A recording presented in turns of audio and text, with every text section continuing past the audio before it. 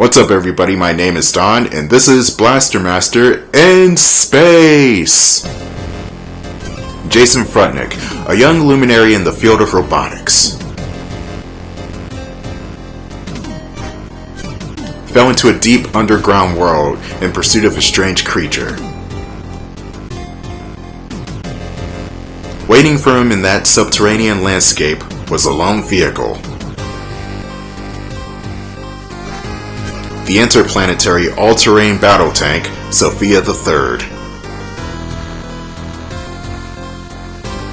Served as his only means of resisting the horde of mutants that, for whatever reason I cannot scroll any faster than this, otherwise we'll skip the cutscene, relentlessly attacked him as he traversed the unfamiliar world.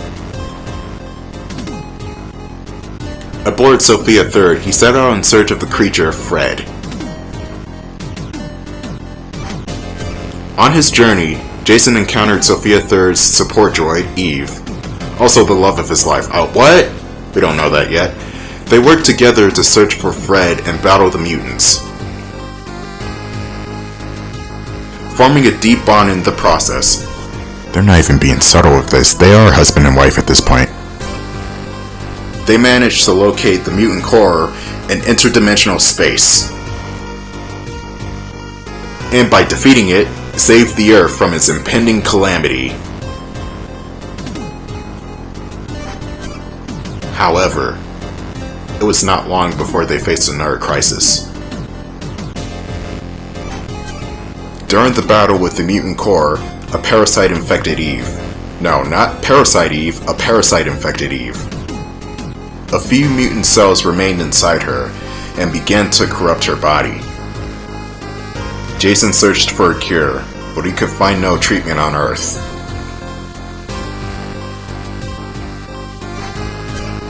So he hopped aboard the newly built G-SOPHIA with Eve and Fred and left. For the supermarket, right? Where are they going? The Earth behind as they set off on an interplanetary voyage. He had faith that a cure existed on Eve's home planet, SOPHIA.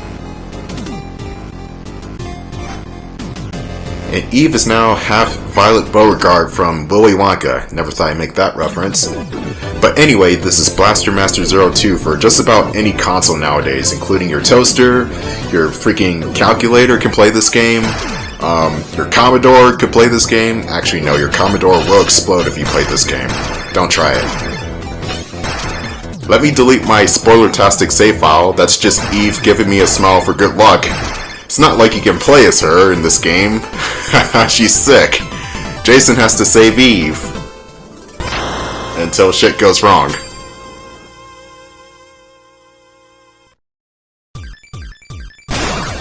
Whew, that was close. We touched down right before our energy ran out. Eve, is the Gaia system holding up? Yes, SP was properly converted upon impact. The Gaia system is a brand new system Eve and I invented for G-SOPHIA. Using the impact from a landing, the planet's energy flow is absorbed, and then converted into SP. In theory, it should allow for limitless planetary exploration. However, the landing wasn't as smooth as we had hoped. The hover function was damaged by the shock. But at least we could still drive around as normal, thankfully. We'll have to fix the hover function if we want to leave Placente. First, we ran out of energy, and now we've got a system failure. I knew it would be tough, but geez, space travel is something else. Oh, it's not all bad, Jason. I've already got a reading on repair materials. I'm also picking up some life forms. You better be careful out here. Roger that. Let's proceed with caution. BMZ II changes the way the tank works compared to BMZ I. For one thing, you can get SP back from falling from a great height in the SOPHIA. So there are mutants on this planet. That mutant's shell looks like it can deflect SOPHIA's main cannon. Use your missiles to knock off the shell before you can attack. Alright, I'll give it a try. Sub-weapon to use SP. Well, no shit. This is basically just dialogue for tutorial sake. This game has a lot of that. So, yeah. But the good thing about this tutorial dialogue is it's only in this part of the game. And you can also talk to Eve for more tutorial stuff, but again, it's optional, just like in the first game. Don't worry, I will still be talking to Eve for this playthrough, but only for the plot important stuff. Let me just say that the dialogue between Jason and Eve is surprisingly more genuine than ever. You're probably thinking to yourself, just kiss already! Well, shit, they haven't gotten to that point yet, okay? Or maybe they have and they just did it off screen because E10 video game. Sensors are picking up an item right below us.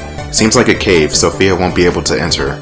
So we got more tutorial dialogue. I wish I could go with you. Eve, you never go with me on foot. What are you talking about?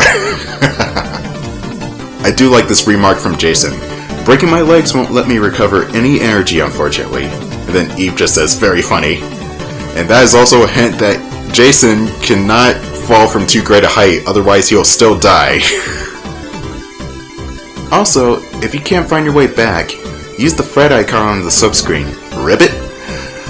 Fred can open a wormhole that leads right back to Sophia's position. As long as you aren't too far away, of course. Ribbit. Got it. Thanks for all of your help, buddy. Ribbit, ribbit. Here's another thing they added for Zero 2, which technically was in Zero 1, he was just useless in that game. Fred the Frog. You can actually teleport back to Sophia using him. Here's the caveat to all this though. You have to be on the same screen as the tank in order to use Fred to warp back, otherwise you'll be considered too far out of range. The overhead sections are back, and boy do they have a drastic overhaul compared to the first Zero. For one thing, Jason's ground movement is a bit faster, and I don't know if it's because of the smaller sprite, but he actually jogs now. And you also have one new trick up your sleeve, and that is, wait for it, the blast counter, courtesy of this cape and whatever sci-fi nonsense you can think of. The blast counter is a super powerful reversal attack. Whenever you see the triangle prompt, or whatever your console of preference is, whenever you see that prompt show up, you just press that button, and Jason will get out of the way and then shoot back. You'll get more blast counter variants as the game progresses, but for right now, Jason's stuck with the standard quick draw, I'm going to shoot you in the face if you try to shoot me in the face type of counter. It's kind of like Han Solo from the Star Wars Special Edition, where Greedo actually shot first, and then Han from 2 feet away dodged that quickly. Greedo shot first. No the fuck he didn't. And he never did. The G Sophia, the tank I'm riding in right now, starts out with better enhancements than the regular Sophia 3 did. For one thing, the main cannon shots are at Crusher Shot. If you run out of SP, the tank will power down, you won't be able to use your sub-weapons, and your main cannon will be of P-shooter status.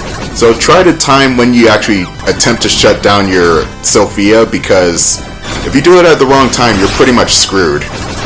Well, not really screwed, I'm just saying that to be dramatic, but you don't want to power down during, like, a boss per se, because then you have to start dodging, and you have to wait for your energy to come back, and it becomes tedious after a while. The Mook rushes make a return from the first Zero game, and they're actually more varied, thank God. You got more enemies on screen, and different types of enemies, and they can be actually challenging at points.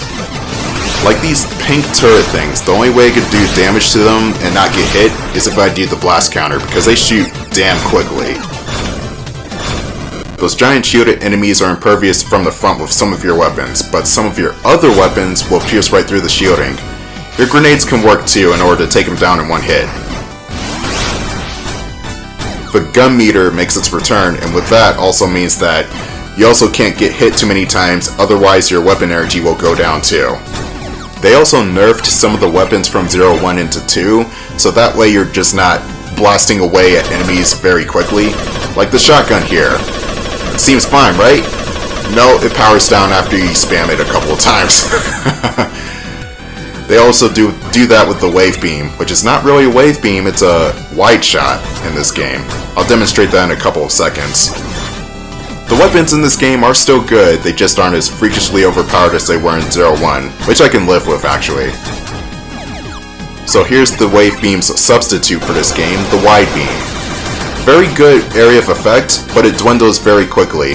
Still super powerful, but you gotta taper your shots for the best effect.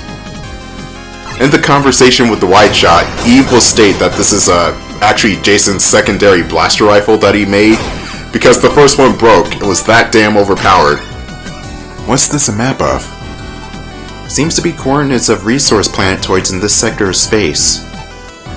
We'll need resources for our journey. They might be out of the way, but let's search for them after we leave this planet. Yeah, we don't exactly have a lot of time, but it would be a huge mistake to rush a journey through outer space. Contrary to what Jason said, there is no time limit for Eve's demise, so take all the time you want. And speaking of Eve, she is sick. She was infected with the Mutant Core at the end of 01, and it may have looked like a happily ever after type of ending, but things got fucked up literally a couple of days later. So like I said in my 01 playthrough, getting the good endings in these games, that's not 03 because that's the definitive end to the series, is kind of like delaying the inevitable, because something is going to happen in the next game and it's probably not going to be good for the characters. And getting the bad endings like, well, somebody's going to die if not everybody, so thank you for playing!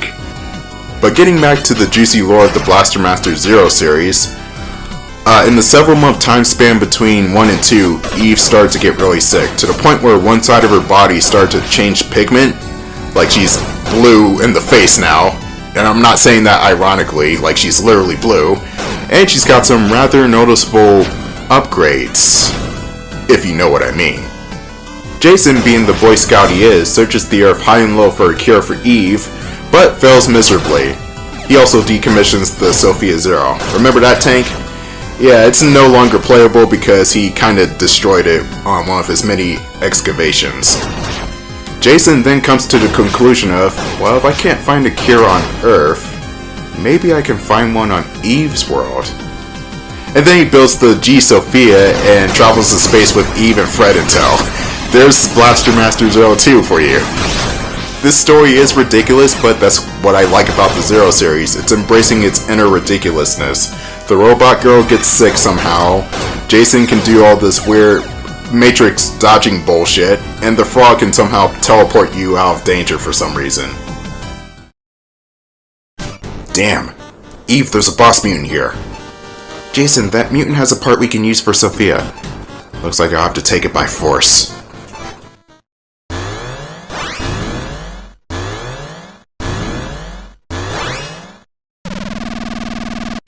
Here's the main boss of this area, Tarantula, and he's pretty pathetic, I will say that.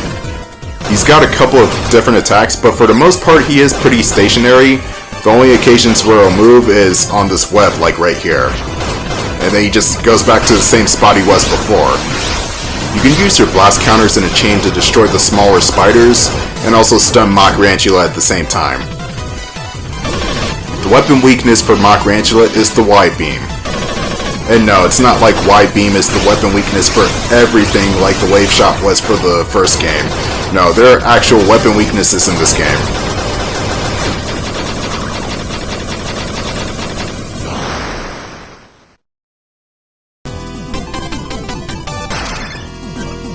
That did it. Great job, Jason.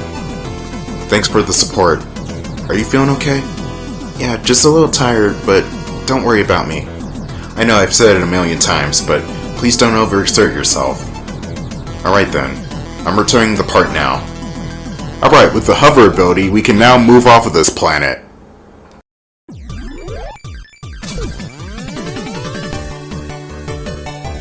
Okay, I finished the repairs. The hover function is working again.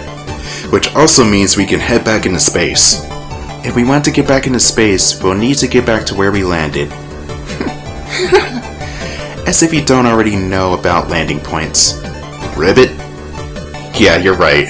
Let's head back. With the hover fixed, it's a lot easier to traverse this rough planet. There might even be some places I couldn't get to before. There is no reason for these two to be as charming as they are together. They just are. That's what good localization and scripting does. This planet is really something. Huge rocks are floating in midair. There seems to be a unique type of mineral beneath the surface. It's exerting a force on these rocks, causing them to float. What a fascinating material! I'll have to collect some later. There must have been a powerful explosion at the core to cause the planet's surface to break up like this. I'd bet anything that the mutant invasion was responsible for this. The mutants are cosmic parasites. They consume life forms and resources, and with enough time, they will exhaust and destroy stars. In order to fight the mutants spread over the universe, Eve's home planet Sophia created the MA series of battle tanks. My old tank, Sophia III, was the first in that series. Thanks to Sophia, Earth was saved, but the mutants have surely destroyed countless other planets across the vast universe. No matter how strong the metal attackers are, there's no way they could protect every planet in the universe. Even so, Eve will be different. It will save her, no matter the cost. Okay, I kind of fucked up on the recording of that voiceover. If only this game had actual voice acting. Oh, wait a minute, it does. All three of these games do in fact have voice acting, but it's Japanese only. And I want to show that off in an extra part one day, but the voice acting is actually really good. Especially Eve, who is, isn't she a first-time voice actress? Like, I was surprised how good Eve's voice was. But we'll get to that later. There are no plans for an English voice cast, which is kind of unfortunate, but then again, I can see Troy Baker, Laura Bailey, and probably Erica Lembeck voice 3 of the characters. So, that's a possibility. It's Inti Creates, they don't do English voice cast, because remember the last time they actually did an English voice cast? It was bad. So now that your appetites have been wet for booty... Our ship with the booty on it. Meet our booty face to face. Time to find out where the booty is. Oh man! Doesn't she know by now that the booty is always in the lead airship? Mega Man ZX Advent's all about that booty. There's more booty in ZX Advent than Eve does on this box art right here. But no, I think that was the last time Inti Creates had an actual English voice cast for their games. And even then, that was mostly Capcom doing it, back when Inti Creates was part of Capcom. But now Inti Creates, it's basically its own company. So they can do whatever the hell they want with their properties. I say that Inti Creates its own company even though I'm technically playing a Sunsoft game, but they can do collaborations. They're not opposed to doing collabs. Like I said, they started off from Capcom, then they broke off. Actually, let me talk about this boss first, the Mine-Mite. The Mine-Mite will roll across the arena. The only way you can do damage to it is if you do the blast counter, or if you hit him while he's open. When he stops on one of the platforms, he will lay down proximity mines that will explode if you get close to it. His weapon weaknesses are the whip and the Y-beam, and every time you do the blast counter to him, he will reset his pattern and go back to the middle of the arena.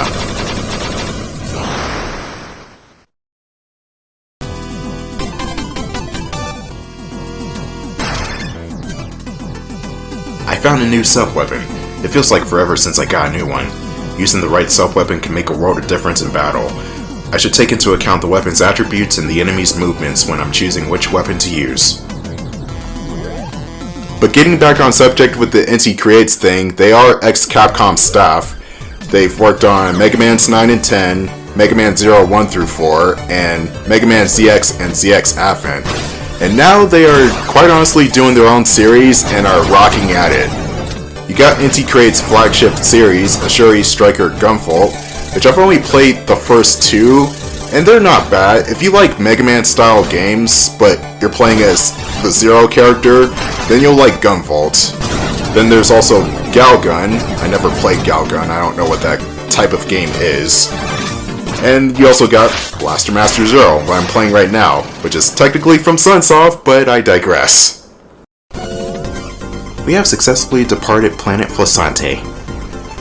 Whew. Seems like there are no issues with the parts you repaired. Great.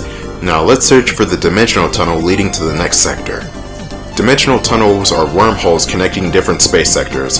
Fred's wormhole ability can sync with... Okay then. I'm too fast. But basically, wormholes are your way of getting around this game. You also got smaller planetoids to explore for either parts for the G Sophia or upgrades to Jason himself. You have to find maps for the planetoids on the main areas themselves in order to go to these places. That's not always the case. Sometimes they'll put planetoid maps on other planetoids, so you have to go to a planetoid just to get to another planetoid. So yeah, there's that. But most of the time, you'll find planetoid maps on the main planets themselves. So Hexabibby's got a couple of different attacks. For one thing, he'll shoot out these bees, in which I can hear Nicolas Cage screaming in the background. But don't worry, Nicolas Cage, the bees won't attack you. I'll make sure of it. And he's also got a couple of attacks where he'll lay down these eggs, and they'll explode into these slug-like creatures. The best way to damage the Hexabibby, that sounds really stupid saying that out loud, you use your missiles. It's got a wider range, and you won't miss nearly as often as, say, you're using your cannon shots. You can lead your cannon shots into it, but it's extremely hard to do because he's just that mobile. But with enough cannon shots and missiles to the face, we got the Hexa missiles. Lock-on missiles. There's about 8 to 10 of them, and they'll lock on to pretty much anything that's on screen at the moment. And say you have 2 to 3 enemies on screen and you have the Hexa missiles, 2 of those missiles will go to one enemy, 2 of those missiles will go to another enemy. It just splits off targeting. It doesn't go to exactly one target and then the next. It just splits completely off, and it does damage that way. It's a pretty good sub-weapon. A3. Bingo! Jason, I hate bingo. Damn it! Okay, fine. I'll play bingo with Fred. At least you understand the joys of playing bingo. Ribbit? What do you mean you were only playing with me just because you felt bad?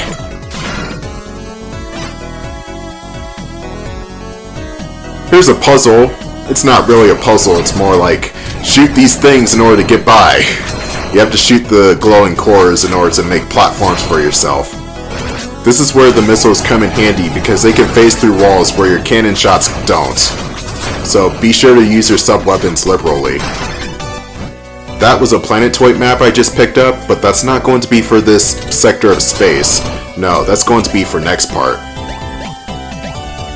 As stated before from Jason himself, he can't really fall too far without breaking his legs, so you gotta be careful on these jumps. Like right here, I think I missed a platform, now I have to backtrack, because I'm not making that jump without dying. And I don't think Eve can nurse Jason back to health because she's got her own medical issues going on, so it's going to be a really rough time if Jason just breaks something. I have to drive this tank with a broken freaking neck! So you got a badass protagonist like Jason who can take shots to the head and torso without feeling any ill effects because, hey, he's got body armor and a helmet. More so that helmet, that's a badass helmet. But if he falls from, what, 50 feet, he just dies? That makes about as much sense as Tommy Vercetti not being able to swim. The Gaia system turns any large shocks G-SOPHIA receives into SP. Even taking damage will recover MP, but I don't recommend that. The best method of charging SP is an impact from landing. The system uses the force of impact to absorb the energy of the planet. The bigger the impact, the more energy absorbed. It's a fitting system for a jumping tank like Sophia, don't you think? True, but using hover will greatly reduce the amount of SP you recover from a fall. No matter how high we get by hovering, we cannot recover a set amount of SP. I can't believe the core unit started as an accident. It's just like when I mess up a recipe in the kitchen. Yeah, maybe. So does Eve not know how to cook at all? Oh god, no she doesn't. Never mind. Keep her away from the kitchen. She's completely dangerous. She's better off in the tank. With this area clear for now, let's travel to the next sector. And more voice acting from yours truly. I completely suck, by the way. This scene is sad.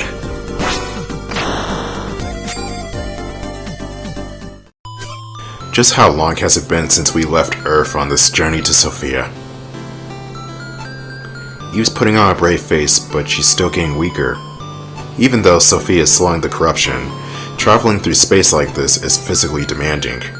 We were prepared for trouble, but with every delay, the problem feels more and more urgent. Yet I know we're on the right path. It won't do any good to dwell on the past right now. We're almost through the wormhole. Who knows what we'll encounter on the other side. Damn, Jason really needs a vacation. The dude is struggling right here.